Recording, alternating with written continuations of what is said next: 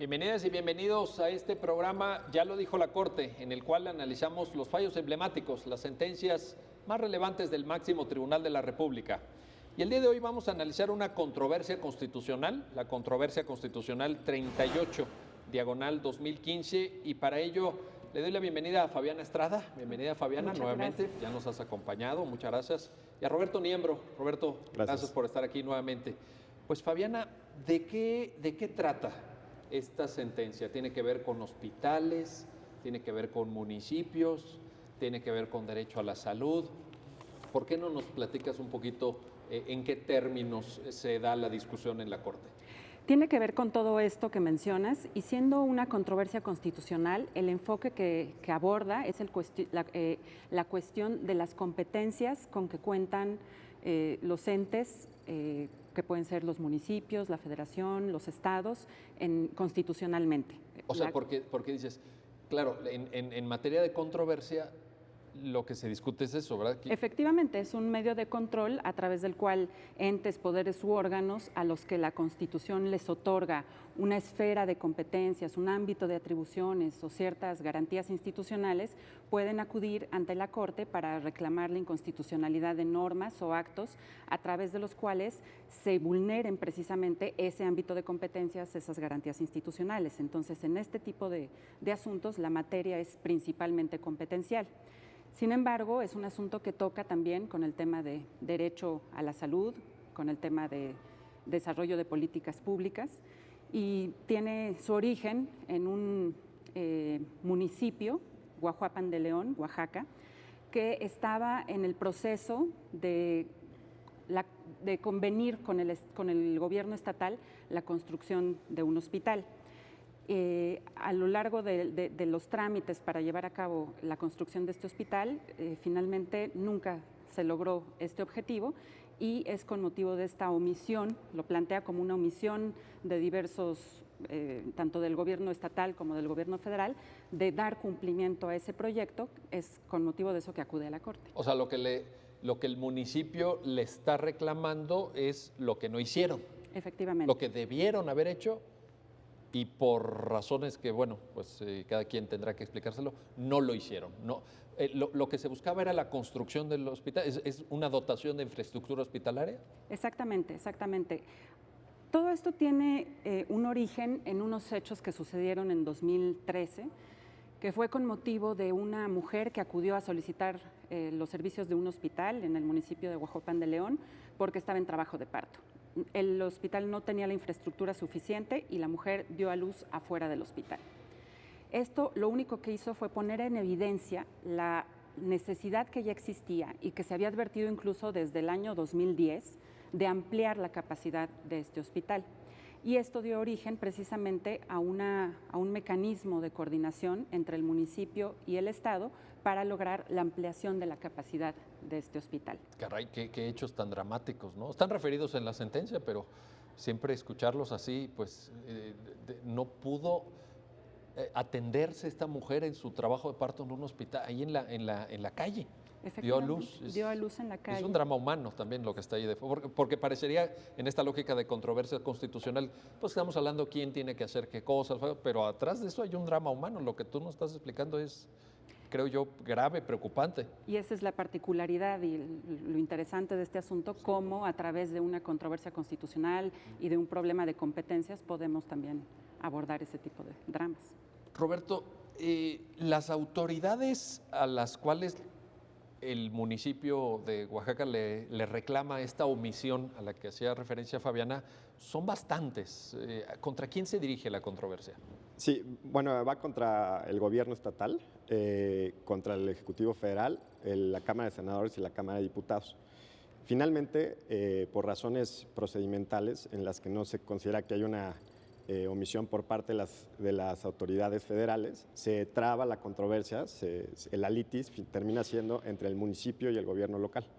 Y es ahí en donde se... Pero ¿por qué no nos explicas un poquito más eso? O sea, la Cámara de Diputados, el Senado y el Ejecutivo Federal, o sea, el presidente de la República, ¿no tienen que ver en esto? Lo que pasa es que, bueno, esto tiene que ver con el fondo, pero el punto es que hay un diseño institucional en el que los municipios pueden solicitar ciertos recursos a los estados para que los apoyen en la construcción de hospitales y ellos a su vez el Ejecutivo estatal lo solicita a las autoridades federales. El punto es que el Ejecutivo estatal no cumplió con los requisitos para pedir esos recursos y al final entonces no se les puede atribuir una omisión de ningún tipo a las autoridades federales porque nunca llega en su caso, en su momento, a solicitársele los recursos. Entonces, quien termina llevando a cabo la omisión es el Ejecutivo local y por eso es contra él que se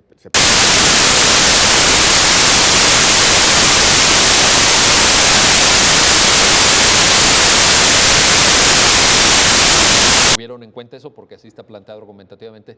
Oye, pero para construir un hospital yo necesito dinero. Sí. ¿Quién autoriza ese dinero? Presupuesto de egresos de la Federación, Cámara de Diputados, por ahí entraría, ¿no? Sí, el punto es que aquí había era un mecanismo muy particular, no era a través del presupuesto de egresos y por eso se considera, por un lado, que bueno, el Senado no es la autoridad competente para aprobar el presupuesto de egresos.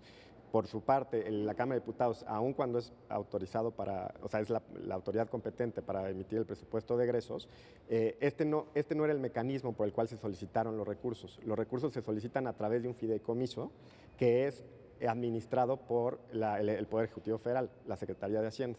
Ahora, entonces podría pensarse que el Ejecutivo Federal sí debía haber sido parte finalmente en la controversia. Sin embargo, por lo que ya comentaba, es que en tanto nunca concluyó el requisito, la petición, el Ejecutivo local ante el Ejecutivo Federal, no podía considerarse que el Ejecutivo Federal haya cometido alguna omisión.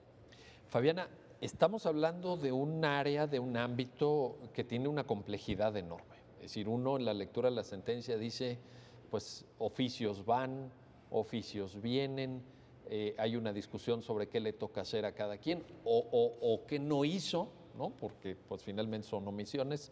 Y lo menciono por esto que comentaba Roberto y que te pido que nos ayudes a entender. ¿Cómo el Estado mexicano vehicula, digamos, transmite todos esos recursos que se van a salud? Estamos hablando de cientos de miles de millones de pesos. Y de pronto hay un presupuesto, pero hay también un fideicomiso y por ahí aparece una fundación privada también. En fin, ¿por qué no nos ayudas a entender esta complejidad? Esto fue difícil de entender en un principio y para esto la Corte el ministro instructor tuvo que pedir pruebas para mejor proveer. ¿Cómo se estaba financiando este hospital? Y del análisis de todo el material probatorio, lo que se advirtió es que, como decía Roberto, esto no se había solicitado a la Cámara de Diputados que autorizara dinero que autorizara una partida para esta construcción, sino que el gobierno estatal acudió a un mecanismo derivado de un sistema de protección social en salud, que es un sistema que establecía, ya no está previsto, que establecía la Ley General de Salud y que era un mecanismo de financiamiento para estructura hospitalaria y era precisamente para financiar proyectos médicos hospitalarios en zonas de mayor marginación. Este era un fondo que se financiaba tanto por la Federación, las entidades federativas y los beneficiarios del sistema y su finalidad era principalmente esa, que a partir de la detección de necesidades de infraestructura hospitalaria por parte de las entidades federativas se ejecutara un plan maestro y se pudiera financiar a través del cumplimiento de ciertos requisitos, una serie grande de requisitos que comenzaban por advertir la necesidad, la factibilidad, en fin, a partir de todos estos requisitos poder asignar recursos. Y esto se hacía a través del comité técnico del fideicomiso, que era el que autorizaba los recursos una vez que se habían cumplido con todos estos requisitos. Lo que sucede aquí es que inicia todo ese procedimiento, se llevan a cabo prácticamente todas las etapas y en algún momento el gobierno estatal determina que ya no va a seguir adelante con esa solicitud de recursos por parte de este fideicomiso y da aviso de que los recursos para el hospital los va a obtener a través de una fundación, de una asociación civil y efectivamente queda demostrado en el expediente que hay un convenio con esta asociación, que está previsto dentro de ese convenio el otorgamiento de recursos, de una donación de recursos al Estado para la construcción específicamente de ese hospital. Y ahí es donde termina el procedimiento ante el fideicomiso, y es por eso que, como comentaba Roberto, no se pudo acreditar que existía una omisión a cargo del Poder Ejecutivo Federal, porque simplemente ante el Ejecutivo Federal esto terminó en un abandono del procedimiento, digamos. O sea para poder, digamos, utilizar recursos de este fideicomiso se necesitaban una serie de pasos. Sí. Que tienen que ver con el análisis de factibilidad que mencionabas, tienen que ver con que el gobierno local se hiciera responsable del suministro de personal, creo que por ahí se menciona. Sí, esto es interesante. Tenía que, registrarse el proyecto, hacerse un análisis de necesidad, un análisis de factibilidad, un análisis de los insumos médicos, del material que se requería, y también había cuestiones que dependían del propio municipio, por ejemplo, que el municipio proporcionara los servicios de agua, luz, que se acreditara la propiedad del terreno en el que se iba a construir, y esto es muy relevante. Esto es muy importante, ¿verdad? Sí, esto es muy relevante a la postre, que se acreditara aparte de la propiedad del terreno, y todo esto se fue cumpliendo, y a lo largo de este procedimiento lo que queda muy claro es que era un proyecto conjunto, un mecanismo de coordinación entre el municipio y el Estado. El municipio, cada vez que había un requerimiento que le decían, oye, es que tienes que acreditar la propiedad, bueno, pues entonces dono el terreno. Oye, es que tienes que garantizarme la luz y el agua, pues aquí están los permisos. Siempre hubo esta colaboración, pero llegó un punto en el que simplemente dejó faltaron los últimos 3 requisitos. Los últimos 3. Es decir, no, esto que mencionas es muy importante, porque de pronto alguien diría, y seguramente nos estarán viendo pues personas que trabajan en municipios o ciudadanos que le puedan exigir a su municipio, oye, yo quiero un hospital aquí. No es tan sencillo. No.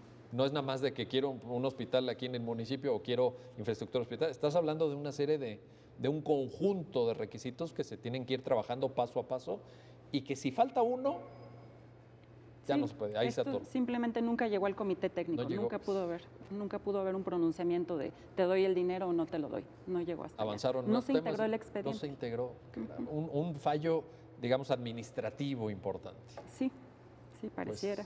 Pues, sí, tampoco queda explicado en el expediente la razón por la cual se optó después por esta vía del... Ahora, finalmente lo cierto es que no se hizo. No. Y es parte de la discusión. A ver, hay un tema de técnica jurídica, Roberto, pero que nos interesa más a los abogados, pero que creo que es importante porque da cuenta de la forma de plantear estos asuntos. Me refiero al plazo para impugnar omisiones. Así es. Todos los procesos, las acciones judiciales, normalmente cuentan con un plazo. Pueden ser plazos más cortos, pueden ser plazos más largos, pero quiero decir que en aras a la seguridad jurídica, la protección de la seguridad jurídica, pues se tienen... El tiempo cuenta, digamos, el tiempo es importante para el derecho.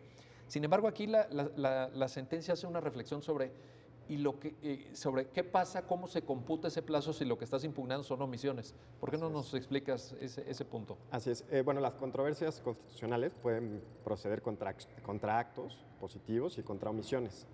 Una omisión es un no actuar, ¿no?, por parte del Estado. Y la jurisprudencia de la Corte ha dicho ya desde hace tiempo que las omisiones se actualizan día con día. El plazo no es que se termine en un momento determinado, sino siempre y cuando la omisión sigue existiendo, se va actualizando día con día la omisión. Eso pasa en este caso, en que hay una omisión, pero es común en la jurisprudencia de la Corte, en la que, por ejemplo, no se pagan las participaciones federales a los municipios. Es otro caso muy recurrente en el que se va computando, o sea, se sigue, el plazo sigue abierto porque no hay un acto que defina a partir de cuándo computarlo, ¿no? En tanto se trata ¿Puede ser un año?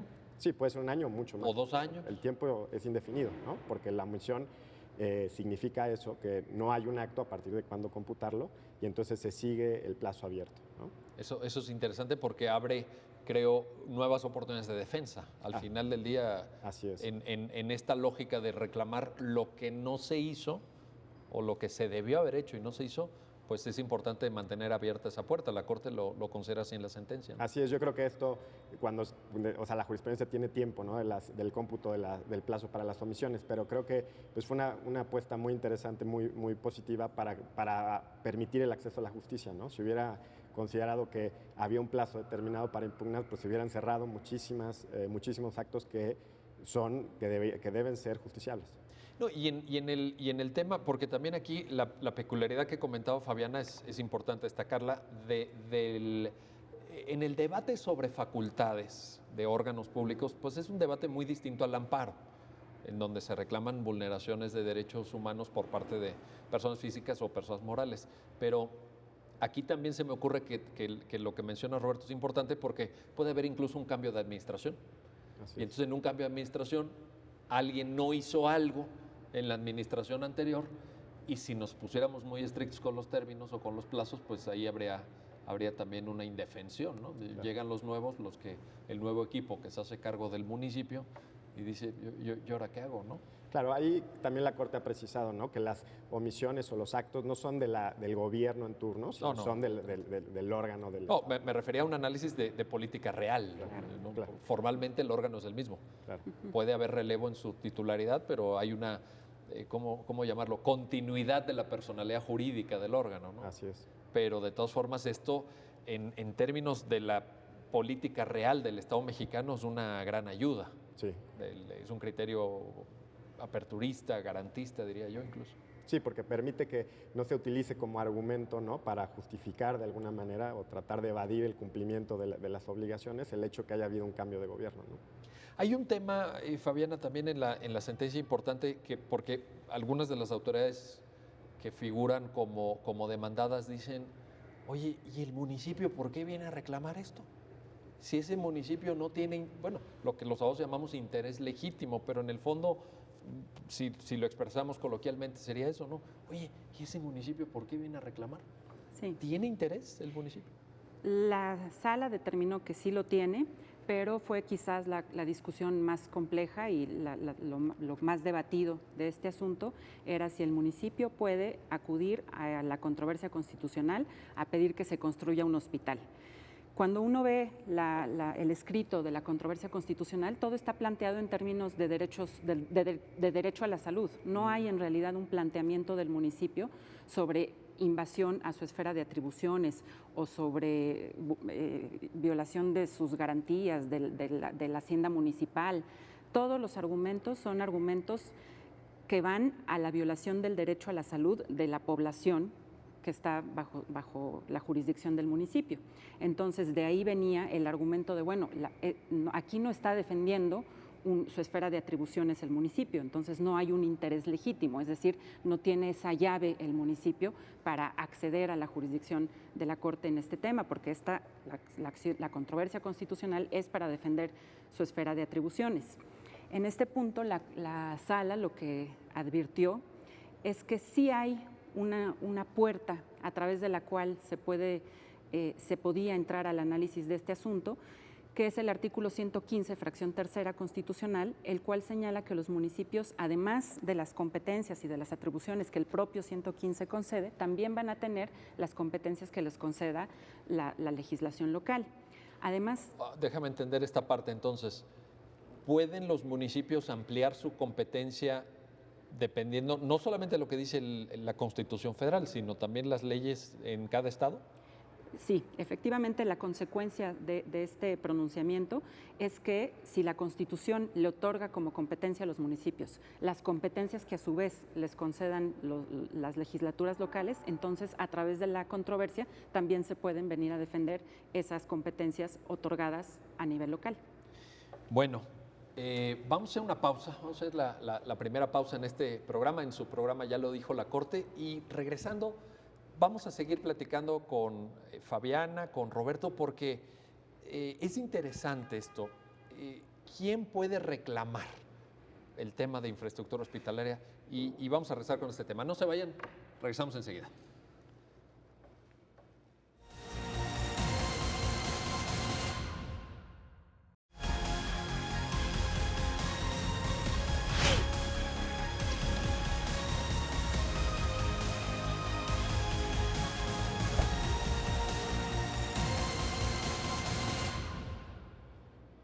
Bienvenidas y bienvenidos a este programa, ya lo dijo la Corte, en el cual analizamos los fallos emblemáticos, las sentencias más relevantes del máximo tribunal de la República. Y el día de hoy vamos a analizar una controversia constitucional, la controversia constitucional 38, diagonal 2015, y para ello le doy la bienvenida a Fabiana Estrada. Bienvenida, Fabiana, muchas nuevamente. Gracias. Ya nos has acompañado, muchas gracias. Y a Roberto Niembro. Roberto, gracias por estar aquí nuevamente. Pues Fabiana, ¿de qué trata esta sentencia? ¿Tiene que ver con hospitales? ¿Tiene que ver con municipios? ¿Tiene que ver con derecho a la salud? ¿Por qué no nos platicas un poquito en qué términos se da la discusión en la Corte? Tiene que ver con todo esto que mencionas y siendo una controversia constitucional, el enfoque que aborda es la cuestión de las competencias con que cuentan los entes, que pueden ser los municipios, la federación, los estados, constitucionalmente. O sea, porque dices, claro, en materia de controversia, lo que se discute es eso, ¿verdad? Efectivamente, es un medio de control a través del cual entes, poderes u órganos a los que la Constitución les otorga una esfera de competencias, un ámbito de atribuciones o ciertas garantías institucionales, pueden acudir ante la Corte para reclamar la inconstitucionalidad de normas o actos a través de los cuales se vulneren precisamente ese ámbito de competencias, esas garantías institucionales. Entonces, en este tipo de asuntos, la materia es principalmente competencial. Sin embargo, es un asunto que toca también con el tema de derecho a la salud, con el tema de desarrollo de políticas públicas y tiene su origen en un municipio, Guajuapan de León, Oaxaca, que estaba en el proceso de convenir con el gobierno estatal la construcción de un hospital. A lo largo de los trámites para llevar a cabo la construcción de este hospital, finalmente nunca se logró este objetivo y es con motivo de esta omisión, lo plantea como una omisión de diversos, tanto del gobierno estatal como del gobierno federal, de dar cumplimiento a ese proyecto, es con motivo de eso que acude a la Corte. O sea, lo que el municipio le está reclamando es lo que no hicieron. Efectivamente. Lo que debieron haber hecho y por razones que, bueno, pues cada quien tendrá que explicárselo, no lo hicieron. No, lo que se buscaba era la construcción del hospital. ¿Es una dotación de infraestructura hospitalaria? Exactamente, exactamente. Todo esto tiene un origen en unos hechos que sucedieron en 2013, que fue con motivo de una mujer que acudió a solicitar los servicios de un hospital en el municipio de Guajuapan de León porque estaba en trabajo de parto.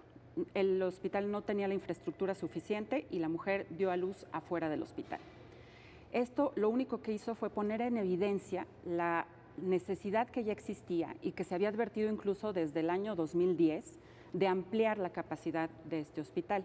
Y esto dio origen precisamente a un mecanismo de coordinación entre el municipio y el Estado para lograr la ampliación de la capacidad de este hospital. Caray, qué hechos tan dramáticos, ¿no? Están referidos en la sentencia, pero siempre escucharlos así, pues no pudo atenderse esta mujer en su trabajo de parto en un hospital, ahí en la calle. Dio a luz. Dio a luz en la calle. Es un drama humano también lo que está ahí, porque parecería en esta lógica de controversia constitucional, pues estamos hablando quién tiene que hacer qué cosas, pero atrás de eso hay un drama humano. Lo que tú nos estás explicando es, creo yo, grave, preocupante. Y esa es la particularidad y lo interesante de este asunto, cómo a través de una controversia constitucional y de un problema de competencias podemos también abordar ese tipo de dramas.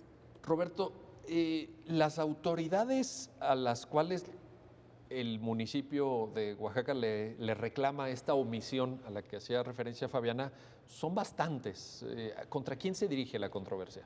Sí, bueno, va contra el gobierno estatal, contra el Ejecutivo Federal, la Cámara de Senadores y la Cámara de Diputados. Finalmente, por razones procedimentales en las que no se considera que hay una omisión por parte de las autoridades federales, se traba la controversia, la litis termina siendo entre el municipio y el gobierno local. Y es ahí en donde se debe. Pero ¿por qué no nos explicas un poquito más eso? O sea, la Cámara de Diputados, el Senado y el Ejecutivo Federal, o sea, el presidente de la República, ¿no tienen que ver en esto? Lo que pasa es que, bueno, esto tiene que ver con el fondo, pero el punto es que hay un diseño institucional en el que los municipios pueden solicitar ciertos recursos a los estados para que los apoyen en la construcción de hospitales y ellos a su vez el Ejecutivo estatal lo solicita a las autoridades federales. El punto es que el Ejecutivo estatal no cumplió con los requisitos para pedir esos recursos y al final entonces no se les puede atribuir una omisión de ningún tipo a las autoridades federales porque nunca llega en su caso, en su momento, a solicitársele los recursos. Entonces, quien termina llevando a cabo la omisión es el Ejecutivo local y por eso es contra él que se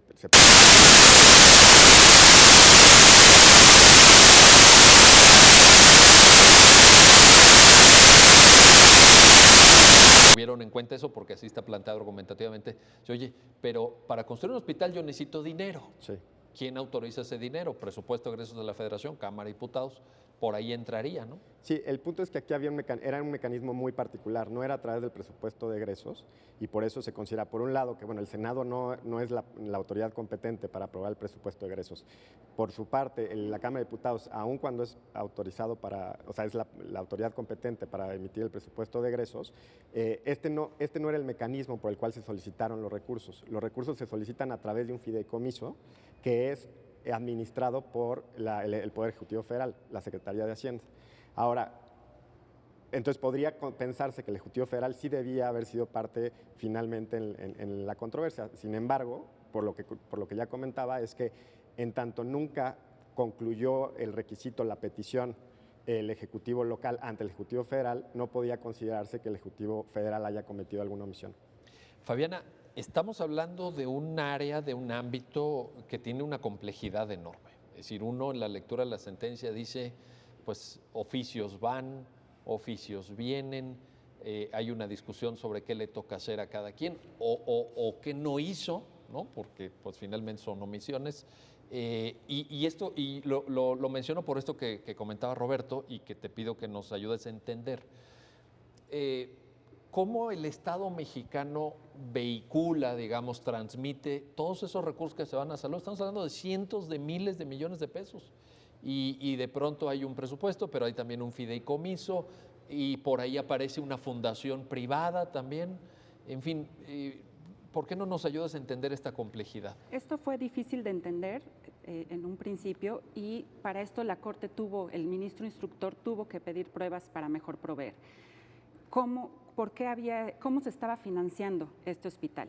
Y del análisis de todo el material probatorio, lo que se advirtió es que, como decía Roberto, esto no se había solicitado a la Cámara de Diputados que autorizara una partida para esta construcción, sino que el gobierno estatal acudió a un mecanismo derivado de un sistema de protección social en salud, que es un sistema que establecía, ya no está previsto, que establecía la Ley General de Salud y que era un mecanismo de financiamiento para estructura hospitalaria y era precisamente para financiar proyectos médicos hospitalarios en zonas de mayor marginación.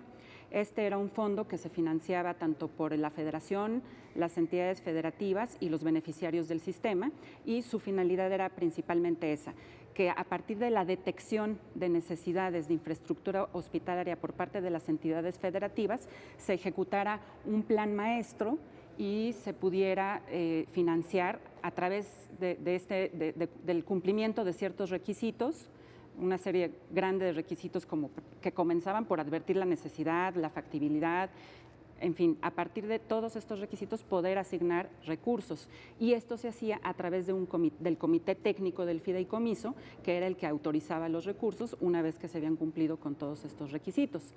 Lo que sucede aquí es que inicia todo ese procedimiento, se llevan a cabo prácticamente todas las etapas y en algún momento el gobierno estatal determina que ya no va a seguir adelante con esa solicitud de recursos por parte de este fideicomiso y da aviso de que los recursos para el hospital los va a obtener a través de una fundación, de una asociación civil y efectivamente queda demostrado en el expediente que hay un convenio con esta asociación, que está previsto dentro de ese convenio el otorgamiento de recursos, de una donación de recursos al Estado para la construcción específicamente de ese hospital.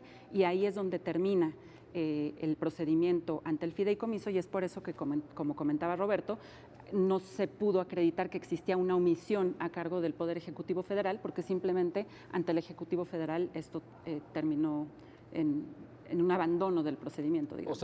O sea para poder, digamos, utilizar recursos de este fideicomiso se necesitaban una serie de pasos. Sí. Que tienen que ver con el análisis de factibilidad que mencionabas, tienen que ver con que el gobierno local se hiciera responsable del suministro de personal, creo que por ahí se menciona. Sí, esto es interesante. Tenía que, registrarse el proyecto, hacerse un análisis de necesidad, un análisis de factibilidad, un análisis de los insumos médicos, del material que se requería, y también había cuestiones que dependían del propio municipio. Por ejemplo, que el municipio proporcionara los servicios de agua, luz, que se acreditara la propiedad del terreno en el que se iba a construir, y esto es muy relevante. Esto es muy importante, ¿verdad? Sí, esto es muy relevante a la postre, que se acreditara aparte de la propiedad del terreno, y todo esto se fue cumpliendo, y a lo largo de este procedimiento lo que queda muy claro es que era un proyecto conjunto,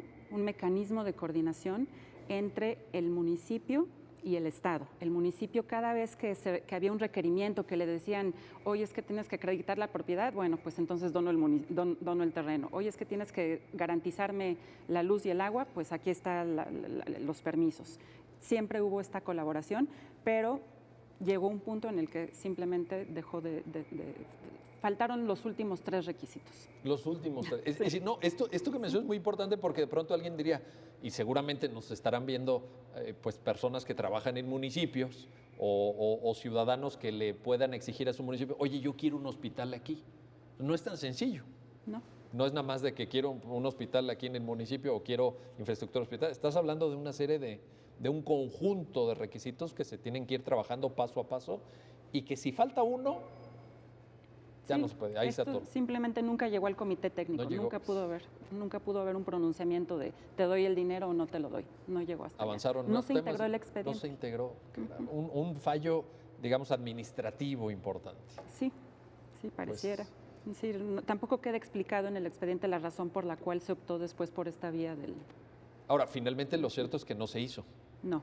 Y es parte de la discusión. A ver, hay un tema de técnica jurídica, Roberto, pero que nos interesa más a los abogados, pero que creo que es importante porque da cuenta de la forma de plantear estos asuntos. Me refiero al plazo para impugnar omisiones.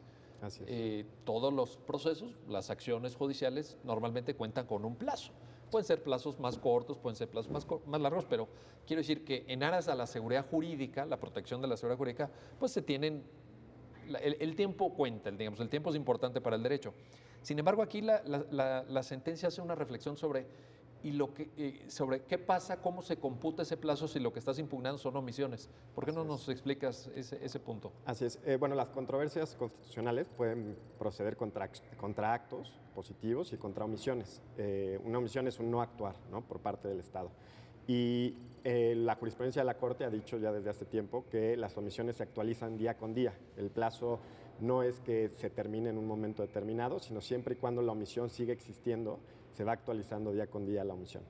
Eso pasa en este caso, en que hay una omisión, pero es común en la jurisprudencia de la Corte, en la que, por ejemplo, no se pagan las participaciones federales a los municipios. Es otro caso muy recurrente en el que se va computando, o sea, se sigue... el plazo sigue abierto porque no hay un acto que defina a partir de cuándo computarlo, ¿no? En tanto se trata ¿Puede ser un año? Sí, puede ser un año o mucho más. ¿O 2 años? El tiempo es indefinido, ¿no? Porque la omisión significa eso, que no hay un acto a partir de cuándo computarlo y entonces se sigue el plazo abierto, ¿no? Eso es interesante porque abre, creo, nuevas oportunidades de defensa. Al final del día, así es. En esta lógica de reclamar lo que no se hizo o lo que se debió haber hecho y no se hizo, pues es importante mantener abierta esa puerta. La Corte lo considera así en la sentencia, ¿no? Así es, yo creo que esto, la jurisprudencia tiene tiempo, ¿no?, del cómputo del plazo para las omisiones, pero creo que pues, fue una apuesta muy interesante, muy positiva para permitir el acceso a la justicia, ¿no? Si hubiera considerado que había un plazo determinado para impugnar, pues se hubieran cerrado muchísimos actos que que deben ser justiciables. No, y en el tema, porque también aquí la peculiaridad que comentaba Fabiana es importante destacarla, en el debate sobre facultades de órganos públicos, pues es un debate muy distinto al amparo, en donde se reclaman vulneraciones de derechos humanos por parte de personas físicas o personas morales. Pero aquí también se me ocurre que lo que menciona Roberto es importante porque puede haber incluso un cambio de administración.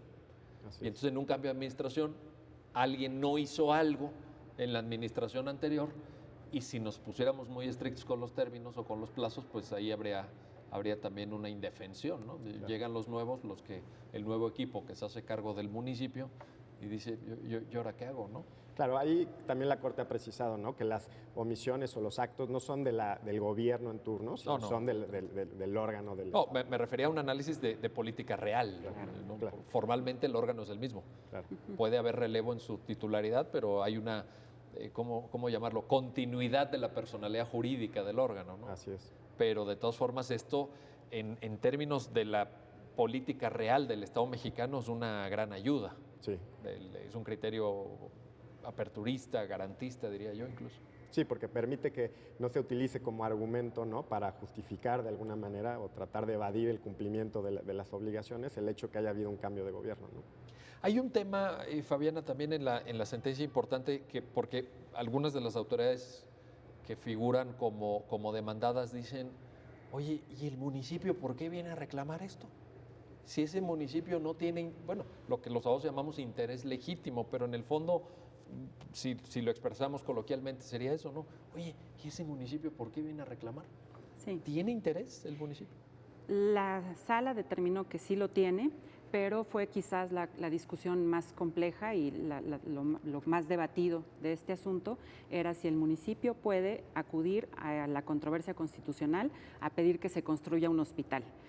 Cuando uno ve el escrito de la controversia constitucional, todo está planteado en términos de derecho a la salud. No hay en realidad un planteamiento del municipio sobre invasión a su esfera de atribuciones o sobre violación de sus garantías de la hacienda municipal.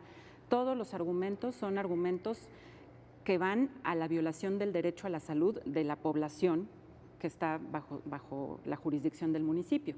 Entonces, de ahí venía el argumento de, bueno, aquí no está defendiendo su esfera de atribuciones el municipio, entonces no hay un interés legítimo, es decir, no tiene esa llave el municipio para acceder a la jurisdicción de la Corte en este tema, porque la controversia constitucional es para defender su esfera de atribuciones.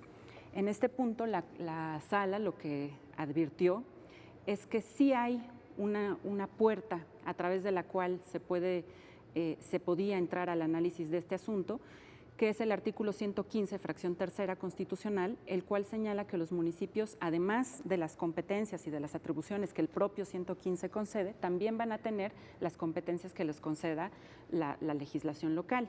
Además… Déjame entender esta parte entonces. ¿Pueden los municipios ampliar su competencia dependiendo no solamente de lo que dice la Constitución Federal, sino también las leyes en cada estado? Sí, efectivamente la consecuencia de este pronunciamiento es que si la Constitución le otorga como competencia a los municipios las competencias que a su vez les concedan las legislaturas locales, entonces a través de la controversia también se pueden venir a defender esas competencias otorgadas a nivel local. Bueno, vamos a hacer una pausa, vamos a hacer la primera pausa en este programa, en su programa ya lo dijo la Corte, y regresando vamos a seguir platicando con Fabiana, con Roberto, porque es interesante esto. ¿Quién puede reclamar el tema de infraestructura hospitalaria? Y vamos a regresar con este tema. No se vayan, regresamos enseguida.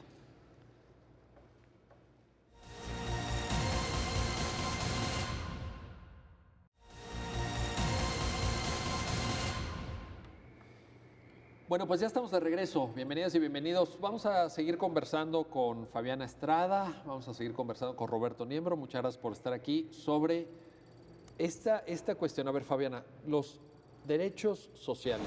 Estamos hablando de medio ambiente, estamos hablando de vivienda, estamos hablando de educación, derechos vinculados de pronto a la cuestión laboral, en fin, una serie de temas de la mayor importancia para la vida de las personas.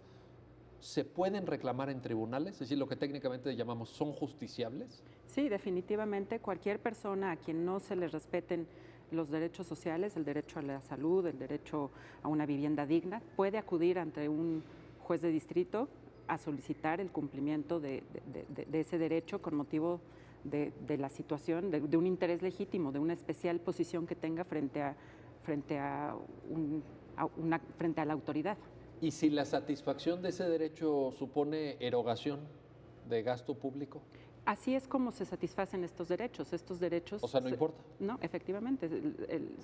Ya la Corte tiene precedentes en los que ha ordenado suministrar medicamentos. Ya también la Corte, este no es el primer caso de un hospital que ordena construir la Corte, ya existe un precedente también. Entonces sí, el hecho de que sean prestacionales no les quita en nada la naturaleza de derechos que se pueden reclamar en vía de amparo o, como en este caso, por una vía alterna que fue la de la controversia. ¿Existen esas dos posibilidades? Sí, haciendo un argumento en el sentido de que hay competencias que no se están pudiendo ejercer para satisfacer ese derecho, se puede plantear a través de una controversia como es este ejemplo. Oye, Roberto, esta cuestión que la Corte aborda en esta controversia constitucional 38-2015 no tiene que ver con una cierta visión del papel de la judicatura como un elemento transformador de la realidad. Hay toda una discusión ahí que tú conoces muy bien y has protagonizado incluso del constitucionalismo transformador, el constitucionalismo deliberativo, sí, que está, bueno, por lo menos a mí me parece así, que está en la vanguardia, ¿no? Sí. Yo veo todas estas grandes aportaciones que se han hecho en esta línea y me parece que son la frontera de la discusión constitucional. Pero ¿ubicarías esta sentencia en esa discusión? Pues sí, sin duda, ¿no? Creo que la sentencia lo que pretende en el fondo es garantizar el derecho que está previsto en la Constitución a la salud, ¿no? Que es un derecho de tipo prestacional, pero además un derecho social, y que el constitucionalismo transformador lo que aboga es porque la justicia constitucional tome ese papel protagónico en la garantía de este tipo de derechos, ¿no? Hay experiencias comparadas como la Corte Constitucional Sudafricana, que se mencionaba, en el que ellos han tomado un papel protagónico en esta garantía. Incluso la Corte Constitucional Colombiana, que también es un ejemplo pues muy relevante en esta materia, en el que pues tienen un programa transformador, y no porque lo adopten o porque sea una moda o porque los jueces en el momento sean los que tengan ese programa, sino que es la propia Constitución, ¿no? Son las constituciones, tanto nuestra Constitución del 17 como la Constitución de Colombia el 91, la sudafricana el 96, tienen esas promesas constitucionales que otras constituciones no tienen. Por ejemplo, la Constitución norteamericana no tiene derechos sociales, ¿no? Pero ese es su modelo político, esa es su apuesta, ese fue su consenso social. Entonces creo que las Cortes en este tipo cuando tienen esas constituciones, tienen toda la legitimidad para llevarlo adelante. Y creo que esa es la apuesta que tiene el constitucionalismo transformador de cambiar la sociedad a través del derecho, de una manera no violenta, en una dirección igualitaria, ¿no? En este caso. Pero hay un debate abierto. Claro. Porque esto, digo, planteado así, yo creo que todos los que te están viendo te van a aplaudir desde sus casas, ¿no? En la pantalla van a decir, este muchacho, qué brillante, qué claro lo explica. Pero, por ejemplo, hay una discusión en el sentido de las capacidades del aparato judicial para determinar políticas públicas. Tú decías, bueno, no te digo cuántos metros tiene que tener el hospital o cuántas camas o cuántos pisos, pero hay una dificultad, porque si empieza el sistema judicial a absorber este tipo de casos, pues va a tener que dedicar un buen número de recursos. Y no estamos hablando, construir un hospital no cuesta 300,000 pesos, estamos hablando de cantidades importantes. Claro. Ese debate está abierto. Claro, a ver, yo creo que el debate de los recursos, volvería a enfatizar que tanto los derechos civiles y políticos como los derechos sociales requieren recursos. Entonces, y una gran cantidad de recursos, ¿no? O sea, derechos gratis no hay. No hay, ¿no? Y todos requieren mucho dinero. Entonces, si pensamos en lo que cuesta, por ejemplo, organizar elecciones en nuestro país, es una cantidad inmensa, ¿no? Financiar partidos. Entonces, creo que el argumento económico no debería ser un contraargumento fuerte para decir es que esto no justiciabilices. Lo que sí creo es que el Poder Judicial o los jueces podrían decir, todos implican derechos, justiciabilizo todos porque además nuestra Constitución los prevé, pero lo que sí es respeto, también doy el margen de autonomía necesaria, como lo prevé esta sentencia, para decir, pues en tus capacidades, porque tienes un conocimiento técnico que tal vez yo no tengo como Poder Judicial y tú sí tienes como administración pública, entonces tú decides en qué condiciones, con qué características llevas a cabo la política pública o con qué características cumples con la sentencia. Pero eso no deja o eso no exime a los jueces de decir aquí hay una violación de la Constitución. Pero en esos términos, Fabiana, lo que Roberto nos está compartiendo sería, me imagino de esta manera, para plasmarlo en una sentencia. Tú, pues evidentemente has redactado proyectos de sentencias y en tu tarea cotidiana en la Suprema Corte te plantearás este dilema que Roberto está poniendo en la mesa. Bueno, ¿esto qué supone? ¿Una deferencia hacia la autoridad administrativa? ¿El darles tiempo?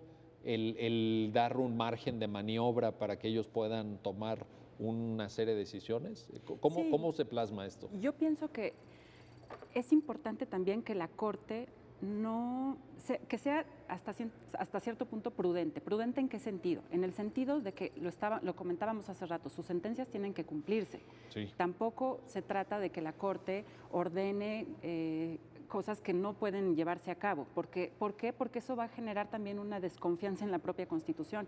Lo que quieren las personas es saber que su Constitución las protege, que tienen realmente los derechos que están en esa Constitución y que la Corte protege esos derechos. Para que la Corte los proteja efectivamente, es necesario que la sentencia se cumpla. Entonces es necesario ese diálogo y esa interacción para darle a la sentencia un sentido útil, que realmente pueda llevarse a cabo y que pueda cumplir la finalidad del medio de control. Porque si se queda, así como la Constitución no puede ser vacía, tampoco la jurisdicción puede estar vacía. Realmente se tiene que lograr un equilibrio, porque si no se logra ese equilibrio, pues se corre el riesgo también de que a través de ese protagonismo de los jueces, pues también dejemos vacía la Constitución.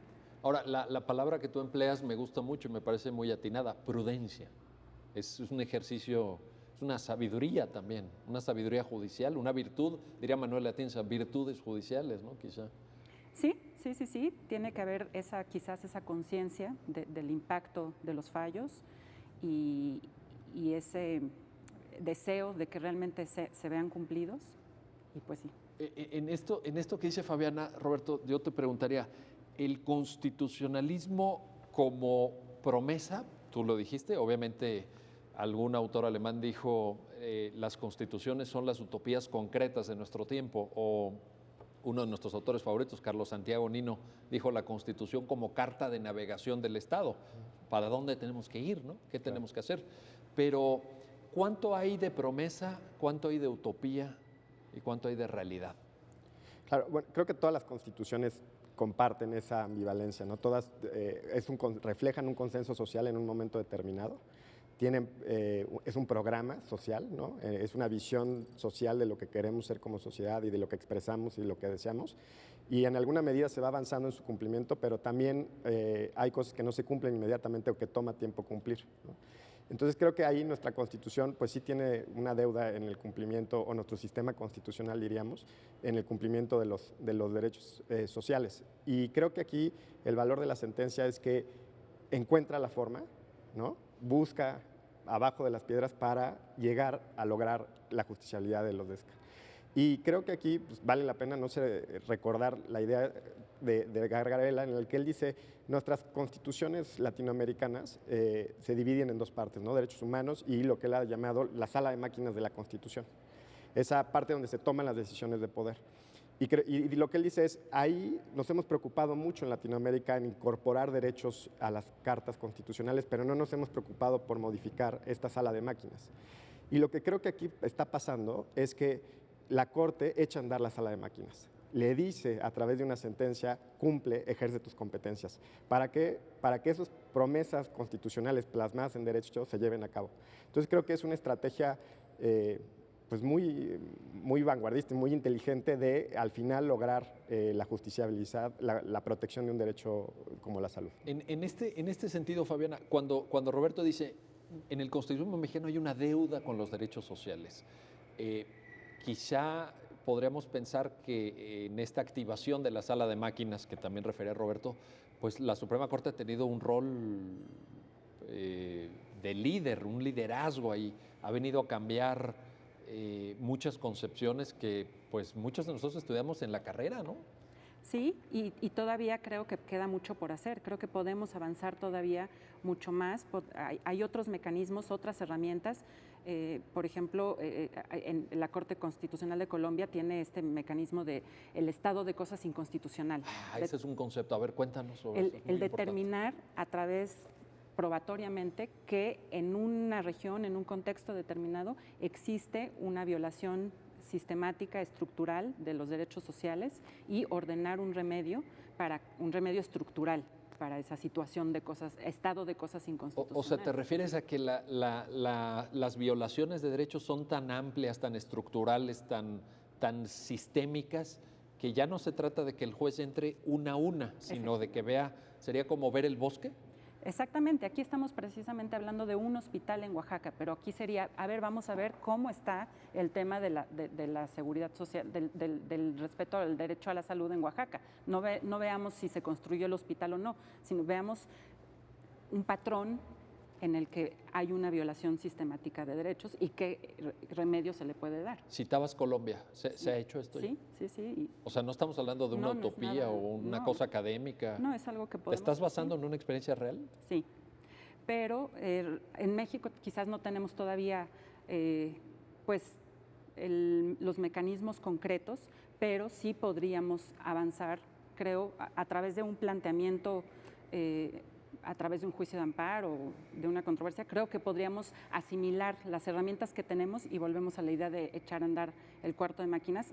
Tenemos ciertas herramientas, utilicémosla para dar esas soluciones concretas. Roberto, ¿y esta sentencia no iría en ese sentido? Yo creo que esta sentencia podría ser un modelo, ¿no? Sí, sin duda, yo creo que es una sentencia muy destacable en ese sentido, ¿no? De que está pensada, creo, desde la idea de justiciabilizar, de lograr la justiciabilidad. Y creo que también hay un punto que me gustaría mencionar de que es un municipio el que trae la controversia y que no perdamos de vista que muchas veces los ciudadanos son los más cercanos a los municipios. Entonces ahí podría haber tal vez un futuro de que sean los municipios los que traigan a través de controversias constitucionales reclamos ciudadanos a la Corte que muchas veces por la complejidad del amparo no pueden llegar. Sí. Y que en cambio la controversia constitucional es una vía directa a la Corte y que además tiene esta capacidad de tener estos efectos tan fuertes, tan interesantes para la protección de los derechos. O sea, entiendo que estás haciendo incluso una sugerencia para que el ciudadano active a su vez al municipio. Creo que podría ser una vía, ¿no? Incluso es una vía para el ciudadano que se acerca a la autoridad más que tiene ahí en donde vive, ¿no? el municipio, y que promueva que sea el municipio el que traiga el asunto a la Suprema Corte. Caramba, pues qué buena sugerencia.